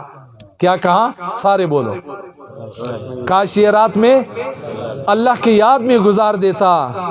یہی رات کا گزرنا تھا کہ عبداللہ کے دل پہ چوٹ لگی، جا کر کے اللہ والوں کے سامنے دوزانو ہو کر بیٹھ گئے، قاعدہ پڑھنا شروع کیا، قرآن پڑھنا شروع کیا، وقت گزرتا گیا، عبداللہ ابن مبارک بن گیا۔ جب عبداللہ ابن مبارک بن گئے تو پھر کیا ہوا؟ غالباً امام صاحب کے استادوں میں میرے خیال سے، مجھے شک ہے اسے، بہرحال ہے یا نہیں یہ اپنی جگہ پر ہے۔ عبداللہ اتنے قابل شخصیت بن گئے کہ عبداللہ ابن مبارک کے زمانے میں عبداللہ کے سامنے حدیث پڑھنے والے طلباء 40,000 کے تعداد میں ہوتے تھے، 40,000 کے تعداد میں۔ یہ کون سا عبداللہ ہے جو ایک لڑکی کے عشق میں ایک رات گلی کے نکر میں کھڑے ہو کر گزارا تھا؟ نوجوان کوئی بات نہیں، آپ نے تعلق بنایا ہے، آج کے محفل میں آپ توبہ کریں، صبح دیکھیں اللہ تعالیٰ آپ کے اوپر کیا مہربانی فرمائیں گے، اللہ تعالیٰ آپ کو کہاں سے کہاں پہنچا دیں گے۔ لیکن عبداللہ نے اتنا عرصہ حدیث کا اسباق پڑھا ہے، اللہ کے ولی بنے، دنیا سے جب رخصت ہونے لگے، یہ نہیں کہا میں بہت بڑا محدث ہوں، یہ نہیں کہا میں بہت بڑا ولی ہوں، یہ نہیں کہا میں مبارک کا بیٹا ہوں، بلکہ اپنے شاگردوں سے کہا مجھے چارپائی سے نیچے اتار دیا جائے۔ جب عبداللہ ابن مبارک کو چارپائی سے نیچے اتارا گیا تو عبداللہ نے یوں اپنی داڑھی کو اپنے ہاتھ میں پکڑا اور یوں مٹی کے ساتھ اپنے چہرے کو مل رہا تھا اور کیا کہہ رہا تھا، اللہ عبداللہ کے بڑھاپے پہ رحم فرما دیجئے، اللہ عبداللہ کے بڑھاپے پہ رحم فرما۔ اگر عبداللہ بھی آخری وقت میں اپنے ایمان کی ضامن نہیں بن سکتا، وہ اللہ سے ڈر رہا ہے کہ جب تک دنیا سے رخصت نہیں ہوں گا اس وقت تک ایمان کی ضمانت میں نہیں لے سکتا، تو میں اور آپ اپنے علم پر، اپنے ذکر کے اوپر کیا فخر کر سکتے ہیں؟ اس لیے دوستو، ہم اللہ کے سامنے توبہ کریں، توبہ طائب ہو جائیں۔ آج کی اس مبارک محفل سے، اس عظیم محفل سے ہم فائدہ اٹھائیں، اللہ کے سامنے ہاتھ جوڑے توبہ کریں اور اللہ تعالیٰ کے نیک ولیوں میں شامل ہو جائے۔ اللہ سے دعائیں، اللہ تعالیٰ ہمیں گناہوں سے توبہ کرنے کی توفیق عطا فرمائے اور نیکوکاری والی زندگی گزارنے کی توفیق عطا فرمائے۔ وآخر دعوانا ان الحمد للہ رب العالمین۔ ایک تو یہ اعلان ہے